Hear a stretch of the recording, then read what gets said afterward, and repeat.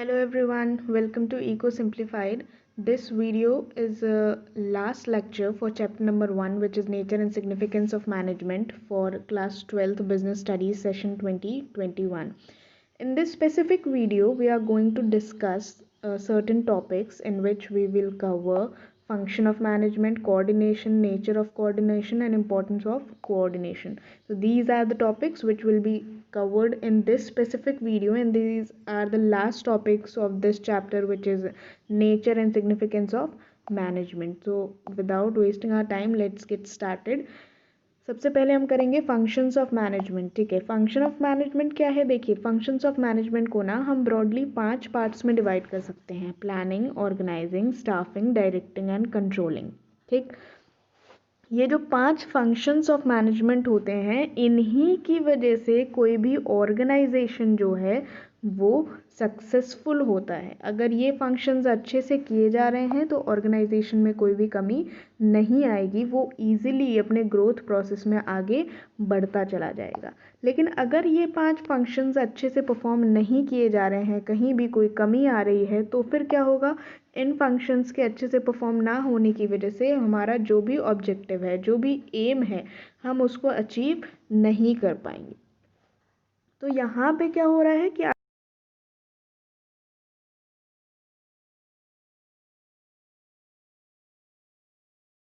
As an chapter मिलेंगे part A में, जो 5 चैप्टर्स आपके बनेंगे.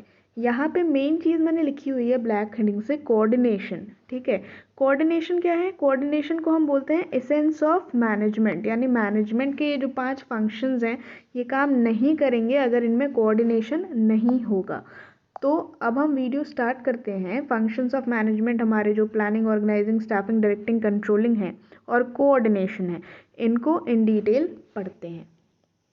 फंक्शंस ऑफ मैनेजमेंट में जब हम प्लानिंग की बात करते हैं ना, तो प्लानिंग क्या होती है? प्लानिंग ये होता है कि एडवांस में डिसाइड करना what is to be done and how it is to be done. यानी हमें क्या करना है और कैसे करना है.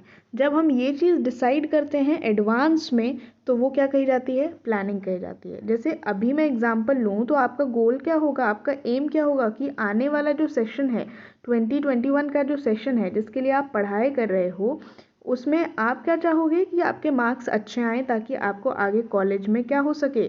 एडमिशन मिल सके. साथ ही आपका जो भी बेसिक कॉन्सेप्ट्स हैं वो क्लियर हो सके.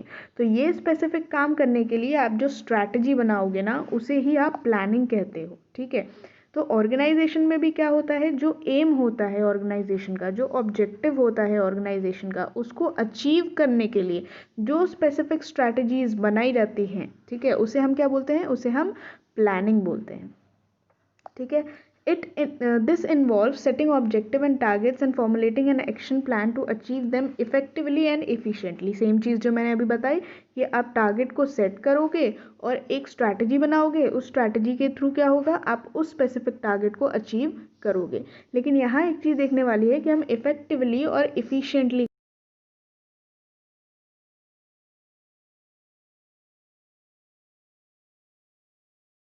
हम यूज़ कर रहे हैं, उनका वेस्टेज नहीं होना चाहिए. उसको क्या करना है? हमको मैक्सिमम यूटिलाइज करना है. ठीक है, उसको क्या करना है? मैक्सिमम यूटिलाइज करना है, ताकि हमारा जो आउटपुट होगा ना, वो मैक्सिमम होगा. जो हमारा प्रोडक्ट होगा वो बहुत अच्छा होगा. और जब प्रोडक्ट अच्छा होगा, जब उसकी क्वालिटी अच्छी होगी, तो मार्केट में उसकी डिमांड क्या होगी? बढ़ जाएगी. कॉस्ट हमारी हमने ऑलरेडी कम रखी हुई है, डिमांड बढ़ जाएगी, तो क्या हो जाएगा? प्रॉफिट हमारा इंक्रीज़ हो जाएगा. मार्केट में हमारी रेप्यूटेशन इंक्रीज़ हो जाएगी, बढ़ जाएगी, जिसे हम गुडविल कहते हैं. ठीक है, दूसरा पॉइंट है आपका ऑर्गेनाइजिंग. सेम एग्जांपल लेती हूँ. आपको क्या करना है? बोर्ड्स में अच्छे नंबर लाने हैं, कॉन्सेप्ट क्लियर करना है. उसके लिए आपको पढ़ना पड़ेगा. पढ़ने के लिए आपको बुक्स चाहिए होंगे, कॉपीज़ चाहिए होंगे, पेन चाहिए होगा, ट्यूटर चाहिए होगा. चाहे आप ऑनलाइन पढ़ोगे तो आपको इसी तरीके की और वीडियोस चाहिए होंगी. तो इन सारी चीज़ों को इकट्ठा करना क्या कहलाएगा? ऑर्गेनाइजिंग कहलाएगा. ठीक है, यानी आपके एम को पूरा करने के लिए जो भी प्रोसेस आपने चुना है, उस प्रोसेस को करने में जो जो भी रॉ मटेरियल्स लगने वाले हैं, उनको इकट्ठा करना, दैट इज़ कॉल्ड ऑर्गेनाइजिंग. ठीक है, तो ये तो आपके पॉइंट ऑफ व्यू से एग्जाम्पल हो गया. अब अगर ऑर्गेनाइजेशन के पॉइंट ऑफ व्यू से बोलें, तो हमने स्ट्रैटेजी बना ली है एम को पूरा करने के लिए, ठीक है, हमने स्ट्रैटेजी बना ली है किसके लिए, एम को पूरा करने के लिए। अब उस एम को पूरा करने के लिए जो जो भी चीज़ों की रिक्वायरमेंट है हमें उन चीज़ों को क्या करना, असेंबल करना, ठीक है, एक जगह पे इकट्ठा करना ताकि हम क्या कर सकें, उससे अपने एम को पूरा कर सकें। क्या कहलाता है, ऑर्गेनाइजिंग कहलाता है, ठीक है। Organising is the management function of assigning duties, grouping tasks, establishing reporting relationship and allocating resources required to carry out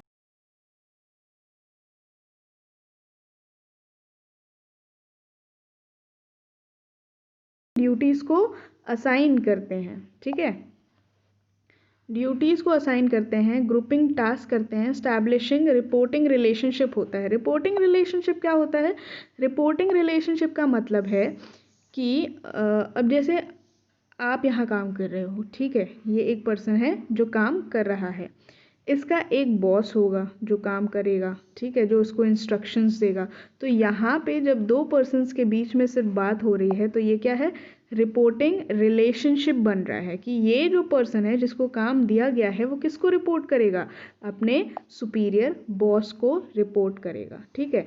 तो ड्यूटीज़ को असाइन करना, टास्क की ग्रुपिंग करना, स्टैब्लिशिंग रिपोर्टिंग रिलेशनशिप यानी आप किससे काम लोगे, कौन किसके अंडर में काम करेगा, ये सारी चीज़ें करना, रिसोर्सेज को एलोकेट करना। और ये सब काम करना क्यों, ताकि हमारा जो स्पेसिफिक प्लान है वो कैरी आउट हो सके, हम उसे आगे बढ़ा सकें। It determine that activities and resources are required. इससे क्या पता चलता है कि एक्टिविटीज़ और रिसोर्सेज दोनों की ज़रूरत पड़ती है हमें अपने एम को अचीव करने के लिए। It decides who will do a particular task, where it will be done and when it will be done। और ऑर्गेनाइजिंग में हम ये भी क्या करते हैं कि एक पर्टिकुलर टास्क को कब करना है, कौन करेगा, कैसे करेगा, ये सारी चीज़ें डिसाइड करते हैं, ठीक है। यहाँ बात हो गई प्लानिंग और ऑर्गेनाइजिंग की। अब हम चलते हैं किस पे, स्टाफिंग पे, स्टाफिंग और डायरेक्टिंग, ठीक है। तो स्टाफिंग की जब बात करते हैं तो स्टाफिंग का मतलब है कि आपने प्लान बना लिया, आपने एम बना लिया, ठीक है, एम को पूरा करने के लिए स्ट्रैटेजीज बना ली, प्लानिंग कर ली, जिन जिन चीज़ों की ज़रूरत थी उनमें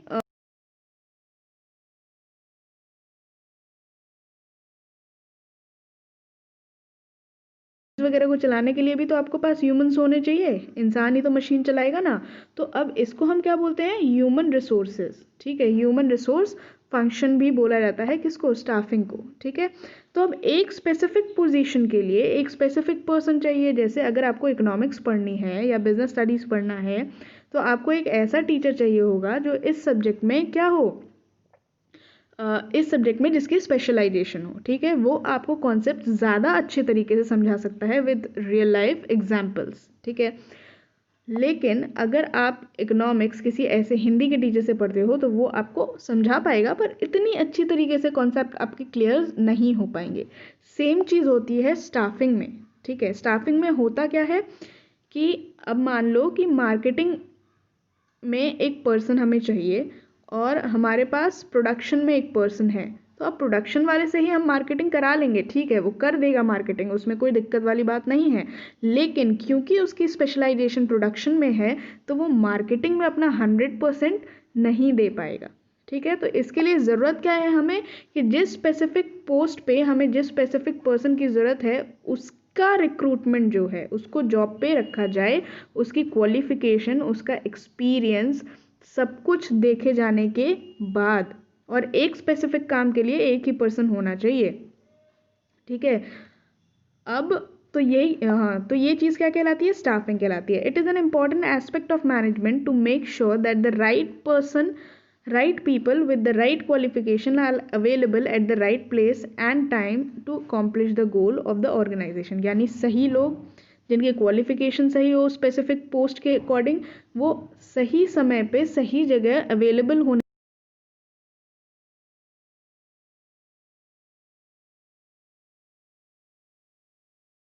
recruitment, selection, placement and training of personnel also known as human resource function। इसको हम और क्या कहते हैं, इसको हम कहते हैं human resource फंक्शन। यहाँ होता क्या है, एक्टिविटीज़ होती हैं, रिक्रूटमेंट होता है यानी लोगों को जॉब पे रखा जाता है, प्लेसमेंट होता है, अलग अलग जगह पे आपको रखा जाएगा कि आपको स्पेसिफिक एरिया में काम करना है, आपको यहाँ काम करना है, आपको ये काम करना है, सारी चीज़ें। ट्रेनिंग भी प्रोवाइड की जाती है अगर कंपनी को ऐसा लगता है कि कोई नई स्किल्स हैं, कुछ नया, कोई नई सर्टिफिकेशन है, कुछ नया आप अपने लोगों को सिखाना चाहिए, तो ट्रेनिंग सेशंस भी प्रोवाइड किए जाएंगे। वैसे ट्रेनिंग सेशंस जो हमारे एम को पूरा करने में हमारी मदद कर सकते हैं, जो आपके एम्प्लॉयज़ की स्किल को बढ़ा सकते हैं, ठीक है।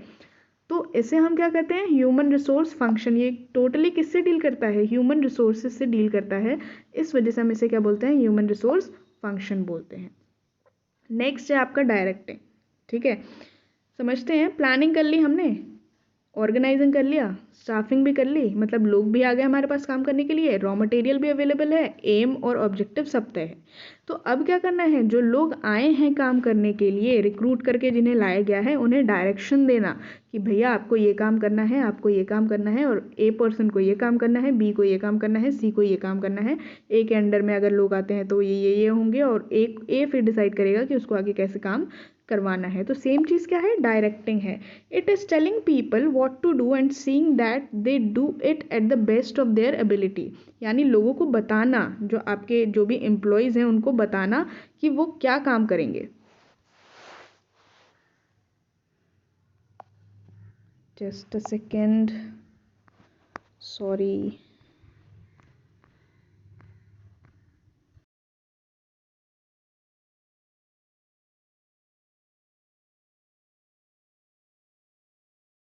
But I will make sure कि आगे ऐसा ना हो, ठीक है।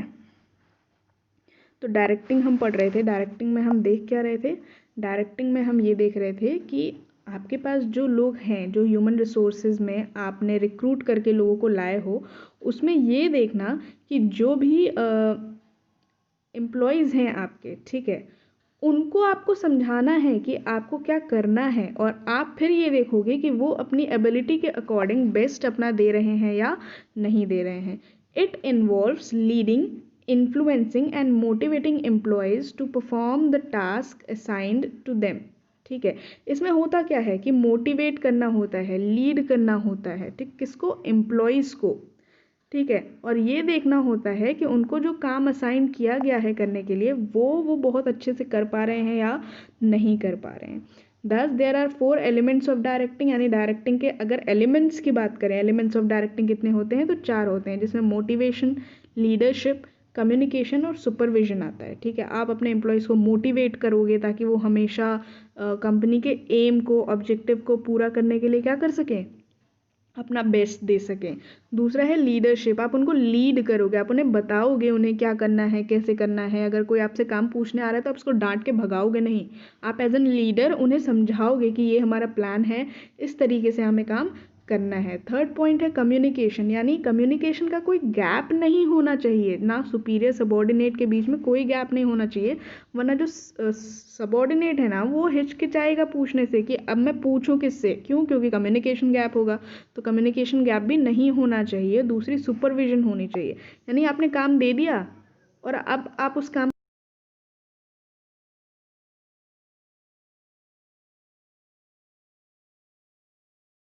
जाएंगे, या फिर हो सकता है एम्प्लॉयज़ को कोई बात ना समझ आ रही हो, कम्युनिकेशन गैप हो, इस वजह से क्या हो, जो एम है हम उस एम को पूरा ना कर पाए, ठीक है।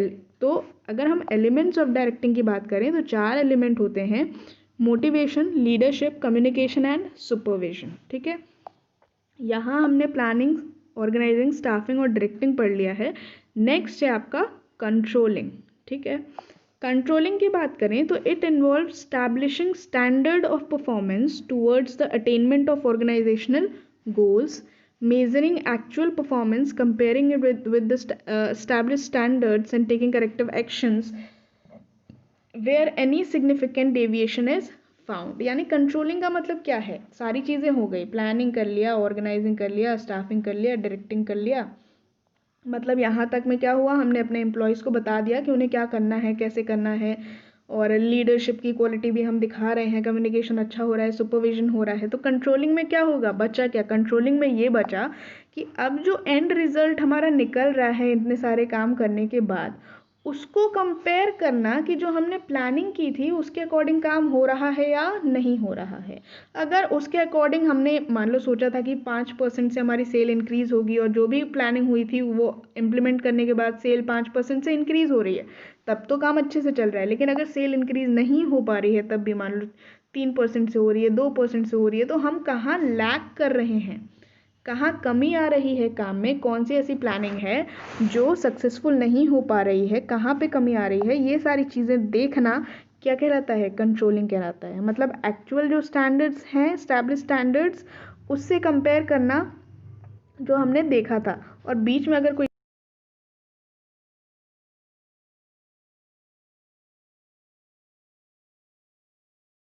किया जाएगा, अगर गैप आ रहा है तो कहाँ आ रहा है, क्यों आ रहा है, उस गैप को हम कैसे सही कर सकते हैं, ये सारी चीज़ें देखना किस में आता है, कंट्रोलिंग में आता है।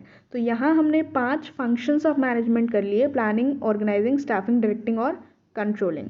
अब बात करते हैं हम किसकी, कोऑर्डिनेशन की। ठीक है, कोऑर्डिनेशन का मैंने आपको स्टार्टिंग में बताया कि coordination is the essence of management, the process by which the manager synchronizes the activities of different department is known as coordination। यानी प्लानिंग, ऑर्गेनाइजिंग, स्टाफिंग, डायरेक्टिंग और कंट्रोलिंग, ये चीज़ें तो हो ही रही हैं, साथ में जो अलग अलग डिपार्टमेंट्स होते हैं ना, यानी परचेज हो गया, मार्केटिंग हो गया, सेल्स हो गया, प्रोडक्शन हो गया, ठीक है, ये सब आपस में अच्छे से काम करते रहें, उसके लिए ज़रूरत किसकी है, कोऑर्डिनेशन की। ठीक है, अब मान लो प्रोडक्शन वाले ने बोला कि हमें लग रहा है प्रोडक्शन कम हो रहा है और प्रोडक्शन बढ़ाने की ज़रूरत है, और उसने बिना मार्केटिंग और सेल्स वाले से पूछे प्रोडक्शन बढ़ा दिया, तो स्टॉक हमारे पास बहुत ज़्यादा इकट्ठा हो गया, पर मार्केट में अभी डिमांड तो है नहीं।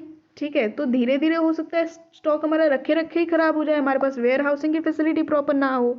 ठीक है, तो उससे क्या होगा, उससे हमारे जो रॉ मटेरियल्स हैं वो क्या हो रहे हैं, एट द एंड वेस्ट ही तो हो रहे हैं। या फिर हो सकता है कि हमने स्टॉक बना के रख दिया और मार्केट में अचानक से डिमांड चेंज हो गया, मतलब लोगों की टेस्ट, नेचर, प्रेफरेंस या कोई एक्सटर्नल इन्वायरमेंट की वजह से लोगों दूसरी डिमांड पे शिफ्ट हो रहे हैं, मतलब क्वालिटी हमें और अच्छी इंप्रूव करनी पड़ेगी। तो यहाँ क्या हो रहा है कि पुराना जो स्टॉक था वो भी वेस्ट चला गया, तो अब हमें नया प्रोडक्शन करना पड़ेगा। तो ज़रूरी क्या है कि ये जो प्रोडक्शन, मार्केटिंग, सेल्स, प्रमोशन, ये जितने भी डिपार्टमेंट्स होते हैं ना, ये आपस में कोऑर्डिनेट करके चलें ताकि मैनेजमेंट का कोई भी नुकसान ना हो। इसी वजह से बोला जाता है coordination is the essence of management, यानी कोऑर्डिनेशन जो है वो मैनेजमेंट का एसेंस है। Without coordination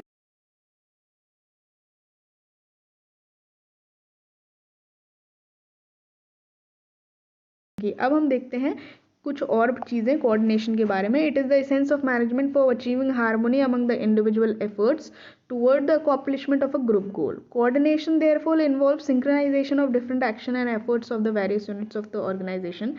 This provides the requisite amount, quality, timing and sequence of efforts which ensure that planned objectives are achieved with minimum conflicts. ठीक है, तो यहाँ पे हम क्या बात कर रहे हैं, यहाँ हम बात ये कर रहे हैं कि जो भी हमारा कोऑर्डिनेशन होता है ना, ये मैनेजमेंट के लिए बहुत ज़्यादा ज़रूरी है। क्यों, क्योंकि इसकी वजह से हम सिंक में चल पाते हैं, एक पैरेलल लाइन में चल पाते हैं, जिसकी वजह से हमारा जो एम है ना वो पूरा हो पाता है, जो हमारा ऑब्जेक्टिव है वो पूरा हो पाता है। सिंक्रोनाइजेशन होने की वजह से हमारे जो रॉ मटेरियल्स हैं उनका वेस्टेज नहीं होता है। ठीक है, जो हमारा ऑब्जेक्टिव जो हमने प्लान किया था वो मिनिमम कॉन्फ्लिक्ट्स और मिनिमम कॉस्ट के साथ हम क्या कर सकते हैं, अचीव कर सकते हैं, अगर हम कोऑर्डिनेशन को ध्यान में रखें तो। अब अगर हम नेचर ऑफ कोऑर्डिनेशन की बात करें ना, तो ये 6 ब्रॉड कैटेगरीज में आप इसको पढ़ सकते हो। Coordination integrates group effort. ठीक है, जब इसकी बात आगे करेंगे, coordination ensures unity of action, coordination is a continuous process, it is a pervasive function, responsibility of all managers and a deliberate function. ठीक है, अब हम आगे बढ़ते हैं। देखिए, coordination indicates group effort. Group effort क्यों कहा जा रहा है, ग्रुप एफर्ट इसीलिए कहा जा रहा है क्योंकि ये अलग अलग डिपार्टमेंट्स को क्या करता है, जोड़ के रखता है आपस में, ताकि हमारा जो एम है उसको हम इफ़ेक्टिवली और इफ़िशिएंटली क्या कर सकें, पूरा कर सकें। ठीक है, इसीलिए इसे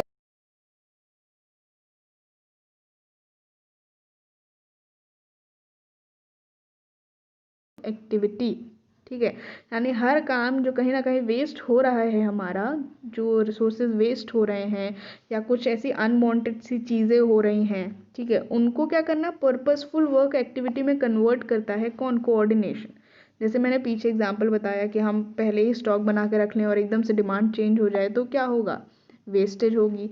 the need for order line integration arises only when more individual are working, backgrounds have different style of working, so there is need to unify their efforts in common direction. अब ये भी हो सकता है कि अलग अलग लोग अलग अलग तरीके से काम करें, सबका सोचने का नज़रिया अलग हो, मैं कुछ और बोल रही हूँ, आप कुछ और बोल रहे हो, तो यहाँ पे क्या होगा कि हमें एक कॉमन डायरेक्शन की तरफ काम करना पड़ता है। मतलब हर इंडिविजुअल एक कॉमन ऑब्जेक्टिव की तरफ काम करेगा, वो क्या है, कंपनी का जो एम है उसको अचीव करना। तो ये क्या करता है, हर इंडिविजुअल को ग्रुप एफर्ट की तरफ लेके चलता है।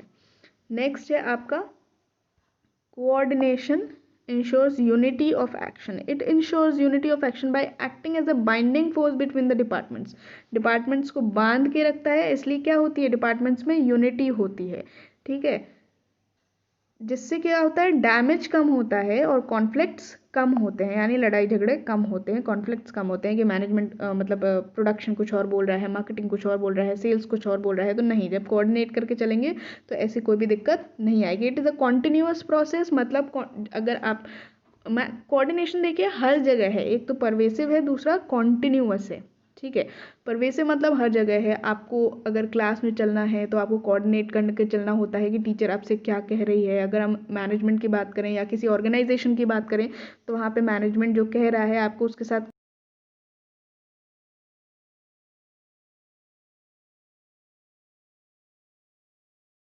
कर सकें। दूसरा एक कंटिन्यूअस प्रोसेस है, आप अगर बीच में कोऑर्डिनेट करना बंद कर दोगे तो क्या हो जाएगा, चीज़ें खराब होने लगेगी, आप अपने रास्ते से भटक जाओगे। इसलिए क्या होता है, परवेसिव है और कंटिन्यूअस प्रोसेस है।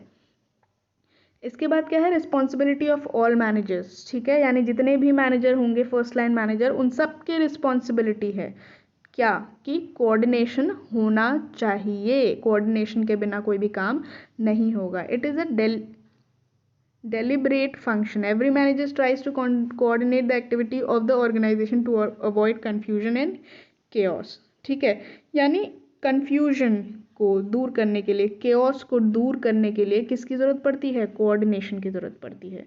cooperations is the in the absence of coordination may lead to wasted efforts, and coordination may lead to wasted efforts, and coordination without cooperation may lead to dissatisfaction among employees। यानी simple सी बात है, coordination या cooperation अगर नहीं होगा तो क्या होगा, डिससेटिस्फैक्शन आ जाएगा एम्प्लॉयज़ के बीच में। अब हम आते हैं, अगर बात करें इंपॉर्टेंस ऑफ मैनेजमेंट की, तो इंपॉर्टेंस ऑफ मैनेजमेंट किस कब है, ग्रोथ इन साइज जब होती है, फंक्शनल डिफरेंशिएशन होता है या स्पेशलाइजेशन होती है।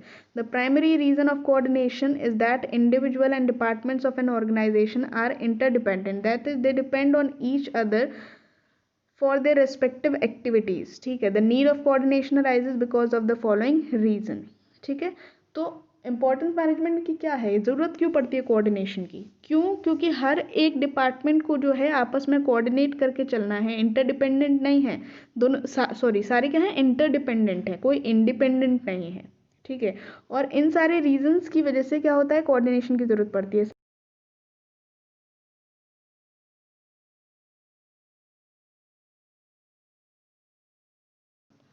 With the increase in the size of organization, there are more number of persons working. Each individual have its own needs and objective, so it is more need to bring together or synchronize। मतलब ज़्यादा से ज़्यादा जब आपके यहाँ लोग काम करेंगे, आपका ऑर्गेनाइजेशन बढ़ता चला जाएगा, जब उसमें ग्रोथ होती चली जाएगी तो एम्प्लॉयज़ भी बढ़ते चले जाएंगे। जब एम्प्लॉयज़ बढ़ते चले जाएंगे तो सबकी इंडिविजुअल नीड्स भी होगी, पर एज एन मैनेजमेंट आपको करना क्या है, उन सारी इंडिविजुअल नीड्स को ग्रुप एफर्ट में कन्वर्ट करना है। तो जब जैसे जैसे ग्रोथ इंक्रीज होगी मैनेजमेंट की, मतलब कंपनी के साइज बढ़ेगा, वैसे वैसे कोऑर्डिनेशन की जरूरत पड़ेगी। फंक्शनल डिफरेंशिएशन का क्या मतलब है, the function of an organisation are divided into different department sections और division, and each departments work in isolation by giving more importance to its interlinked and interdependent.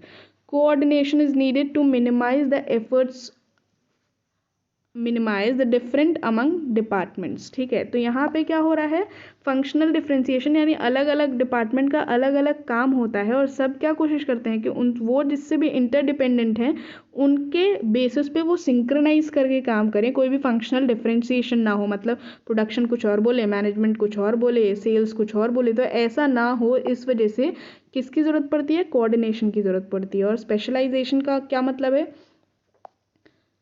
organization needs to employ a number of specialists। ठीक है, specialists usually think that they only are qualified to evaluate, judge and decide according to their advice or suggestion for more from other members of organization, which create conflict between them। यानी specialized person की ज़रूरत तो होती है किसी भी एक specific काम को करने के लिए, पर उस स्पेशलाइज्ड पर्सन को ये नहीं सोचना चाहिए कभी भी कि सारा काम वही देख रहा है, वो जो